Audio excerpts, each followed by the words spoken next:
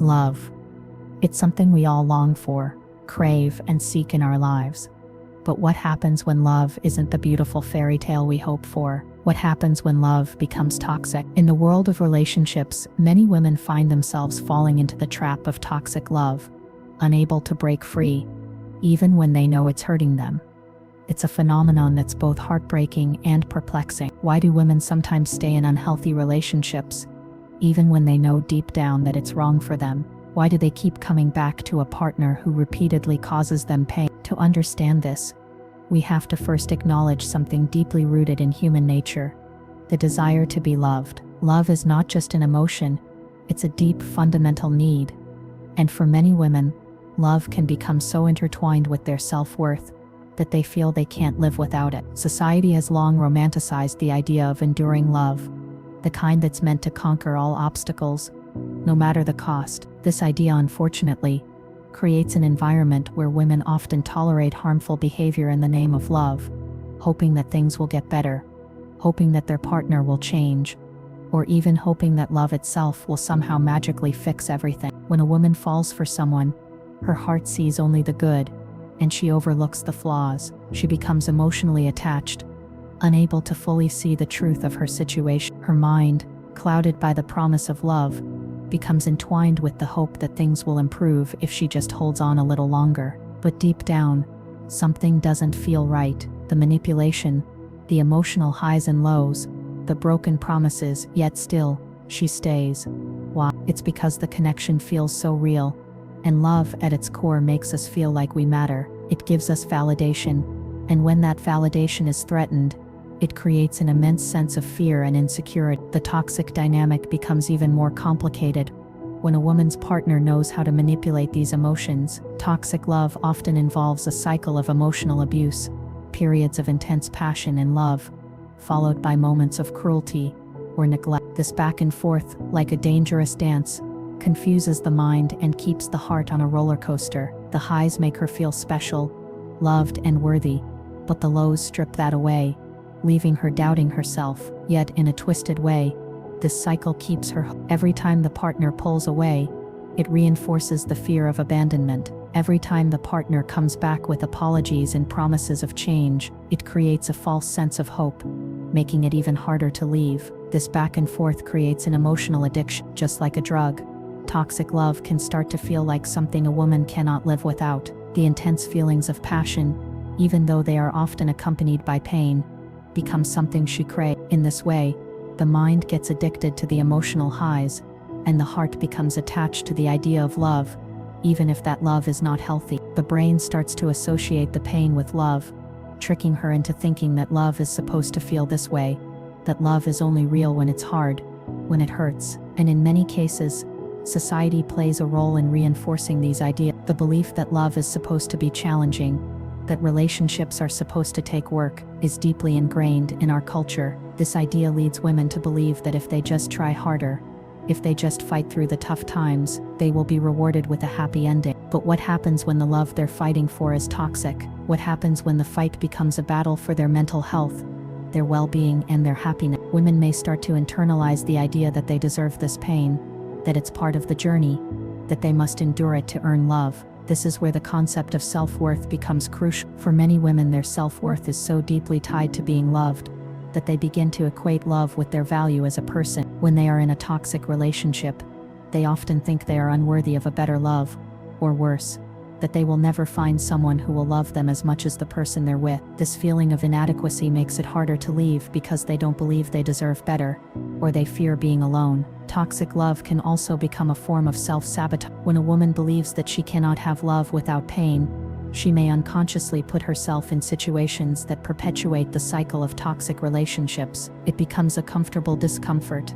The thought of being loved without the emotional drama may feel foreign, even unearned. It's as if the idea of healthy love is too good to be true, and so she settles for the pain, believing it's the only version of love that she deserves. We also can't ignore the role of attachment style. Attachment theory explains that the way we bond with others, especially in childhood, shapes the way we form relationships as adults. Women who experienced neglect or emotional instability in their early years may find themselves more prone to seeking out unhealthy relationships as adults. They are more likely to become attached to individuals who mirror the instability they experienced as children, believing this is normal, or even comfortable. Toxic relationships can feel familiar in these cases, because they echo the emotional chaos that women may have learned to endure in their formative years. Yet despite the understanding of why women might fall into these toxic relationships, we have to confront the reality of the emotional scars that remain long after the relationship ends. The emotional trauma left by toxic love doesn't disappear overnight. Even when the toxic relationship is over,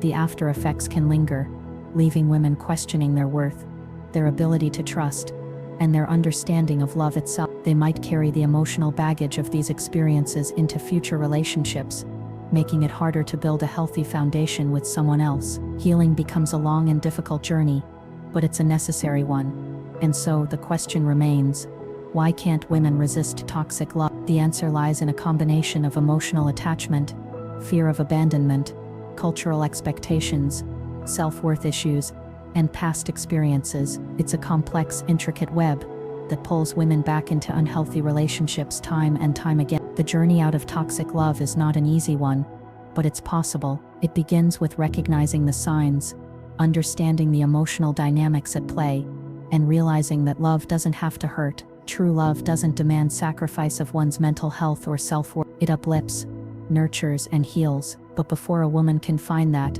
she must first recognize her own value and learn to love herself fully. The second part of the puzzle is often tied to the notion of hope. Hope is a powerful thing, and in the realm of toxic love, it's both a savior and a trap. Women who stay in toxic relationships are often driven by the hope that their partner will change, that they'll wake up one day and be the person they've always wanted them to be. This hope is the thread that keeps them tethered to a relationship that is slowly destroying them. They believe, somewhere deep down, that love will conquer all, that time and effort will change their partner's behavior, or that a moment of clarity will open their eyes. And it's this hope, so deeply embedded in the heart, that prevents them from walking away. The illusion of change can be particularly deceiving, because in toxic relationships, change sometimes happens. The partner may show small glimpses of goodness, of care, of kindness, and that's enough to keep the hope alive. But these moments are often fleeting. After a fight, after an episode of neglect or abuse, the apologies come,